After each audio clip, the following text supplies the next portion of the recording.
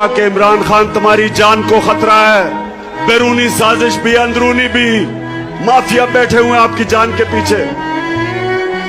پاکستانیوں، میری جان اتنی ضروری نہیں جتنی آپ کی آزادی اس ملک کو ضرورت ہے، کہ میرے خوف میں کہ میں کوئی جرم کر دوں گا، کوئی آئین تو یہ جو لوگ سمجھتے ہیں کہ آپ کو برا بھلا کہہ کے آپ کو انسان ذلیل کر سکتا ہے، کوئی انسان کو ذلیل نہیں کر سکتا، کیونکہ عزت اللہ نے اپنے ہاتھ میں رکھی ہوئی ہے۔ اور زندگی موت، سب سے زیادہ انسان کو خوف موت کا ہوتا ہے۔